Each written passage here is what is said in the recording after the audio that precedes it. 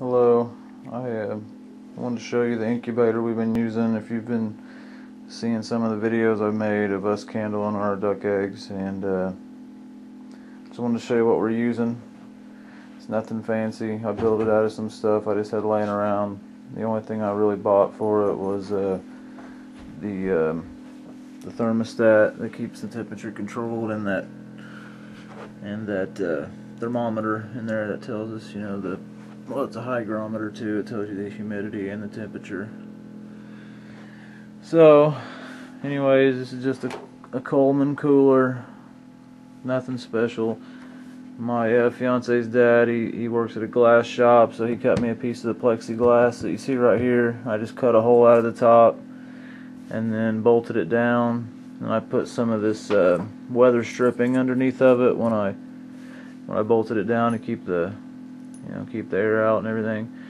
Although you do have to have some holes drilled. I drilled a few holes, as you see right there, to keep the ventilation, oxygen moving and everything. On the inside, that's just a regular computer fan I took out of an old junk computer I had. It just helps keep, move the heat around, so you don't have spots that are hot and spots that are cold. So you got the same temperature throughout the whole incubator. This is just a regular lamp that I took apart and mounted on the back. I'll show you that in just a second. It's just a regular water heater, the lower part of the thermostat, and I just wired it up through the light, and then set it so if it gets up to above 102 or so, it'll shut the light off, and that'll cool it down pretty quick. That's just an old dish rack. That white thing is. I just cut it apart so I could set the eggs on it. Once they get to the last 3 days, I'll take it out and just lay them on the bottom in there so they can hatch and get around without falling through those. But like I said, it's nothing fancy. We didn't spend more than $20 on this thing. The thermostat I think was $10, and then this thermometer / hygrometer was almost $10, maybe $9. And then the computer fan, those things are dirt cheap. Lamp, you got tons of those around. You can cut those up.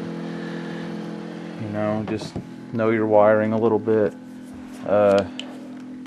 See, I just kind of did the best I could. I just took that lamp apart, and I couldn't really figure out a way to mount it very good, so I just used the original components of the lamp and just sent it through there and tightened it down with the nut that came with it.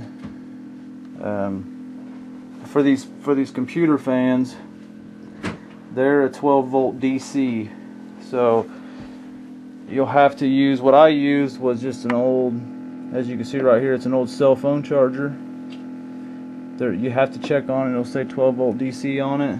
Then just cut it and then wire it up to the fan that you get out of the computer, and then just plug it into the wall. But you can't use a regular AC power plug with that, so you got to use that DC. This DC, I think it's an old phone charger I had laying around. And then for the lamp, I just wired it up, cut this extension cord right here, this orange extension cord, and cut it and wired it into the lamp, and then into that thermostat. I got the idea off of a guy on YouTube. His name is it's London something. I'll have to get the actual username off there and post it. He had some really good ideas for it. One thing that I did add on my own was the dimmer. This part right here, this right here is just a dimmer connection that you can buy. I got a switch to wire into the actual thermostat and to the lamp, but I thought it'd just be easier just to stick that right on in the socket there, and wouldn't have to cut the wires. So, and that way you can, if it gets a little hot or cold, you can adjust it without too much problems. The first time I tried this, I had a 40-watt bulb, and it just didn't do very well. It would just be just a bit shy of 99 degrees, so that really helped out. And I put that was a 25-watt bulb. This one's a 40 watt, and it seems to work better with that dimmer switch. So if you have any questions about it, let me know, and You know, I can send you over to that London